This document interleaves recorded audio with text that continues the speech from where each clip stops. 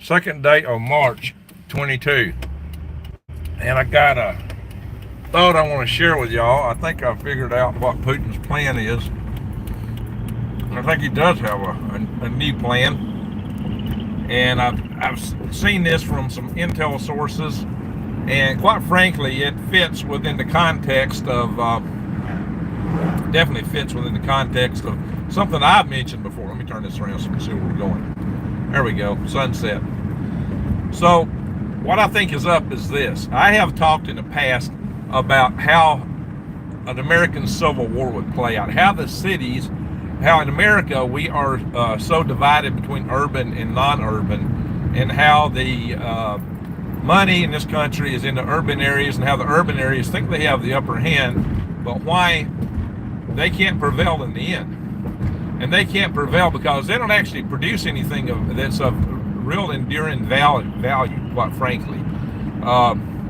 They've got to have the food, the fuel, and the water, and everything that comes in from outside. The cities can't survive on their own, so they would not be well suited to a conflict with rural America. They might think they are, and they might have military forces, but they would find out real fast that those would be in trouble, that they would not get very far with it. Yeah, sure, they can do a lot of damage, but in the long run, they would be hurting. So they don't need that kind of a mess. We don't need a civil war. Let me be blunt about it. I'm not advocating that at all. I'm just telling you, and I mentioned before, how that could shape up. Well, I'm seeing similar planning and intel suggesting similar planning with Russia and Ukraine. And it works like this. Now, Putin, as I understand it, is mad. He's raging. I've heard this. I'm still hearing it today. But because things didn't go the way he planned. But he does have a plan B. And it may have been part of plan A. It's just that it didn't work out as fast as it hoped. And it encountered a lot more resistance than they thought for. Quite frankly, he probably thought he was going to be seen as a liberator. So, hey, Randall, how you doing? Rodell, excuse me. We got, all right, hang on, guys. I'll read the chat here in a second. So what's happened is this. He could have a chance with dominating the cities if they just cut them off. If he sieges them, if he surrounds them, he could starve them out and make them surrender that way. You know, some of the sources have said that his plans, one of the reasons they didn't go in bombing everything right off the bat, was that they thought they would win without taking a lot of local casualties, civilian casualties, and that they thought that, hey, we're all one country, and they would kind of spoil that one country narrative if they went in and attacked the civilians. Well, from what I'm hearing, they're doing that now. They are attacking the civilians. Maybe they gave up somewhat on that latter part. Also, a lot of the Russian troops don't want to fight, but then they didn't have their A-game forces in there. They had their conscripts who are not making squat over there. They've been making $2,000 or 2,000 rubles a month, which is now less than about $19 American or less. Last time I checked, it was 19 and dropping. It used to be like 25. Even at that level, it was nothing. So they've got a problem. They got a lot of problems with the Russian forces and their plans, but they do have what could be a plan that would get them to take in Ukraine, at least for a while, and that is to starve the cities out. If they can starve the cities out and make them surrender, they could potentially win. And I say that's what I've talked about in our Civil War scenarios here in America. Check that out, guys. Now, the downside to where that could really fail is this: they don't have the countryside either. Now, why it might work in America is at least the countryside would pretty much be on one side. Now, you know, in any so-called civil war, you're going to have people living in urban areas that favor the conservative side and people in the rural areas that favor the liberal side. So it's not going to be a clean demarcation. But what I've said in the past is this country's divisions are principally between areas that are primarily urban and primarily rural, to a broad brush stroke, and there's exceptions always to any of that kind of generalization. So you got to be careful with generalizations, but you know, they're applicable to a degree. Well, in Ukraine, Putin might take Ukraine in that manner. He might dominate and take the cities by starving them out. But he don't have the support of the countryside. So what's going to happen is he's going to still be under attack. His convoys will still be under attack. And he can expect a major insurgency because he's not won the hearts and minds of the Ukrainians. And he's not even won the hearts and minds of his own people in this conflict. So this is not so much a war of Russia against Ukraine as Putin. It's Putin's war. Now, whatever you think is right or wrong or whatever, and a lot of people have been debating all that stuff. And I'm not even talking about that. This is not about that. What I'm telling you is how he might prevail, and it may not. Even if he wins, it may not be a lasting prevail, because you can expect insurgencies. Although insurgencies are a little harder to mount in such a flat land as Ukraine. Ukraine is such a vast land. Russian forces may find themselves stretched very thin against a large population who has no love for the conqueror, the invader, or whatever. Of course, he would put in a puppet government to try to make it look Ukrainian, but that might not set well with the people there. It just might not set well. I wouldn't expect that. So I would not expect success in any shape, form, or fashion in what he's trying to do in the long term. What I'm telling you is the cities could fall, but they may not fall immediately. So they may set in for a siege. And that's where his big, long convoys may play into his advantage in the long term. So that's what I'm telling you guys. It is that he may have that in his plan. It was probably his initial plan, and it still may be the plan they're operating under, and it may be why we're sending all those convoys in. But those convoys, and I've also seen now articles that claim that indeed there's articles, I've seen a few, and claiming that indeed it was a case that Xi Jinping asked him to wait till after the Olympics to go in. And that really was a detriment to the Russian forces, since they couldn't roll across land with all those tanks and restricted the highways. And on the highways, they're setting ducks. So they're in which I predicted that. I said, hey, on the highways, you're going to be in trouble because you're just targets. And without having secured the airspace over Ukraine, the Russians are suffering mightily to that. From the drones the Ukrainians are getting out of Turkey, and their own Air Force, which is still flying. And it's pretty amazing that Russia has permitted that. But maybe, again, they kind of went in hoping, hey, we'll be one country down the road. I expect Putin to crack down much more severely, and we're already seeing signs of that. Apparently, they've already used the thermobaric bombs, which are, the same, they call them vacuum bombs, or fuel air explosives. I explained that in the past. And I've even heard reports of some Russian troops turning on the civilians. Now, you're going to get different troops that'll do different things because they're different people just like anybody else. But a lot of them don't want anything to do with this. A lot of the conscripts there didn't even know they were going into combat, because apparently, Russia was putting out in the news media all along, hey, we're not going to war. We're not going to invade. And someone believed it. And yet they invaded anyway. And a lot of Americans were telling me that it wasn't going to happen. Nope, they won't go in. It's not going to happen. Well, they did. And of course, now they're saying, well, he's only in there for certain targets. Well, I talked about that in my last video. I'm not going to talk about that today because I cannot monetize that video because of the subject matter we covered. Be it known this, Putin never talked about that. He don't talk about that. He talks about the other objectives. And I think he means business with those other objectives. Be he deluded, right or wrong, he means business. And I do believe that. I do think he also is deluded, that he lives in his own little fantasy world, because his worldview, in my opinion, is highly skewed. And I think maybe that's also a characteristic of several in his inner circle, like Mr. Sergei Lavrov, his Minister of Foreign Affairs. I got to move blue tonight. I had to move. I got a new pipe set back here in my woods today. So there's all that, guys. So by the way, I'm going to be doing an interview tonight with Command Sergeant Major Mike Mabey. He's coming back on my channel again. He was just on 60 Minutes, guys. The guy is a hero. I've told you many times he's one of my real heroes, and he is working hard to secure our power grid and point out all the problems and the corruption within the system. And he got a good long interview with 60 Minutes on this stuff. And our power grid organization's been part of that. And he's coming on my channel tonight.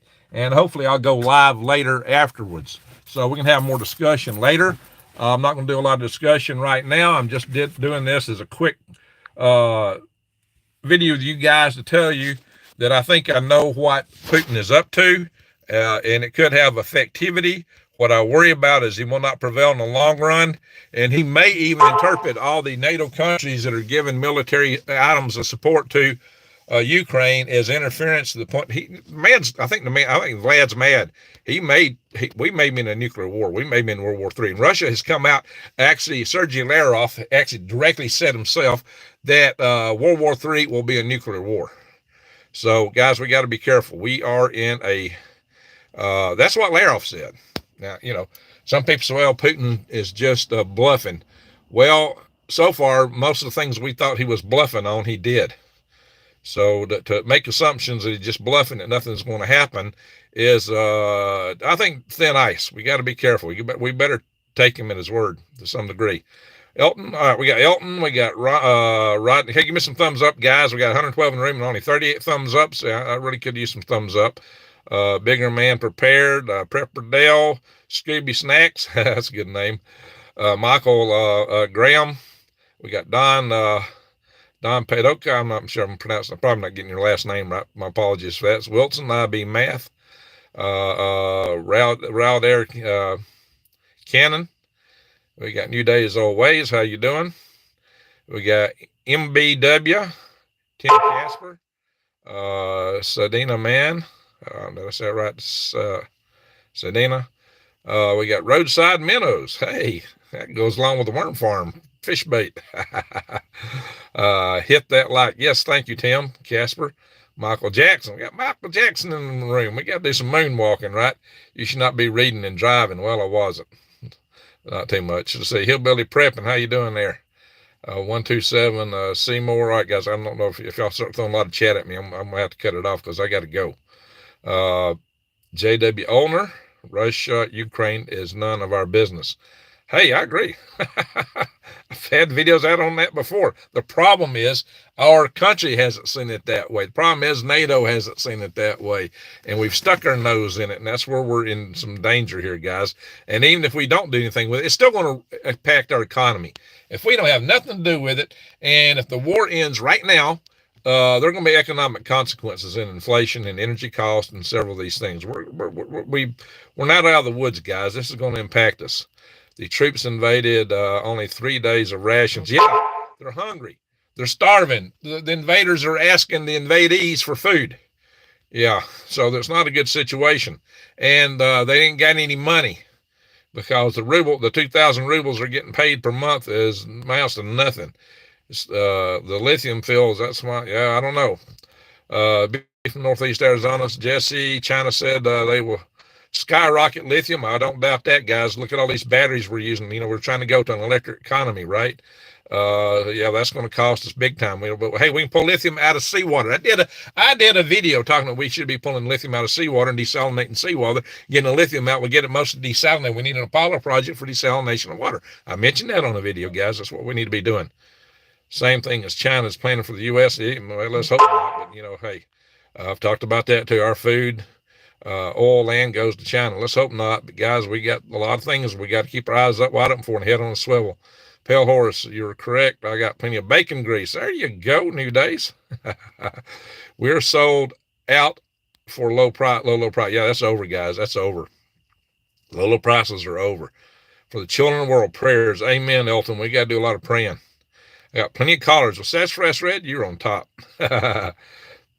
Let's see, if you remember correctly, everyone in 2014, that was the Obama administration that propped up the new government. Yeah, sure enough, that's true. Hey, Battle Axe, how you doing there, Stacy? Or is it doing? She had a live video today too. Y'all know to check that out. Let's see, pro prep and get the bacon ends and pieces in bulk. There you go. In a few months, I'll have plenty of collards. Hey, that sounds good. Hey, and Brandy's there. All right, I got to run in, guys. Wars and rumors of war. Well, yeah, we got both, and it does include the wars. Don't poke the bear. I said that a long time ago. Don't poke the bear. Well, we poked the bear. Watch the behavioral panelist newest vid on VP analysis of recent speeches and interviews. 25. All right, thank you, Michael Jackson. All right, we still got 116 in the room and only 85 thumbs up, so help me out, guys. Tap that thumbs up. I appreciate all you saying that all leaders are bought and sold. Yeah, that's pretty much the truth, unfortunately, Sassafras. There's too many of them. We got a corrupt world, and it's both sides, all sides. Too much corruption all over the place, guys. That's a matter of a fact. Hi, Worm Man says hillbilly prepping. Well, hi, hillbilly prepping. Thank you. Let's see. Hey, and he's got I think Facebook, there's a good hillbilly prepping Facebook group, guys. Peak District UK. All right, there. Mr. Bucks, upstate prepper. Hello from England, Andy Petra. All right, how you doing? You should bash NATO, the EU and liberalism as they're to blame. Now, hey, I do bash them too, Mr. Reverend Jim Jones. Uh-oh. Hey, I don't want no Kool-Aid now, Mr. Jim Jones.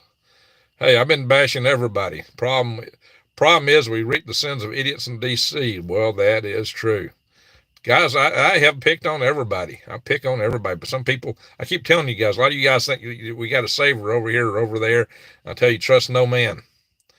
You own nothing and you'll be happy. Oh, yeah, that sounds like Charles Schwab there, A1.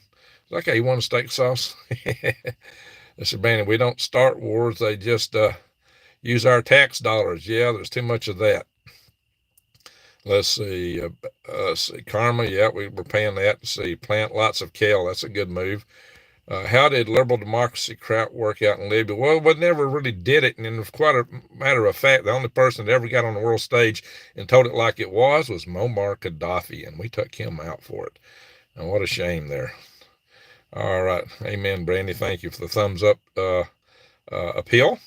Audion Godin says, when I see Soros and Nate Rothschild supporting Ukraine, well, there's corruption there. I've always said there was. Pamela Reeder, love you, Greg. Esfras Red, be the light in the dark of the world. Amen. Gotcha. There we go. Down the bottom of the chat finally. New days always true. Stacy, always reap the washing mistakes. Yep, Greg. World Economic, yeah, we don't care about the wealth, and we don't care about, I don't think we get any big fans of Klaus Schwab in this chat. If you're a fan of Klaus Schwab, I need to know it. We'll probably ban you. The systems are bad. People in general aren't bad. That's what I say all the time, Brandy. But there's more of us than there is of them. Got to remember that, guys. There's more of us than there is of them. All right, guys, I got to go. I got to run in. I see currency taxation, mercenaries, all the same. Well, a lot of that. All right, guys. Thank y'all for watching. Stay tuned. I got a show tonight. I don't think I'll go live. I'll probably record it, but I got an interview in just a little over an hour with Command Sergeant Mike Mabee. I will post that tonight, so stay tuned. It will be a good interview. Please watch it, and make sure you catch that. And hopefully I'll be live again later tonight. The war will lead to Polygon. Oh, Lord. Polygon. Uh-oh. Anyway, thanks, everyone. Y'all take care. And have a great night. And hope to catch y'all later. Greg out.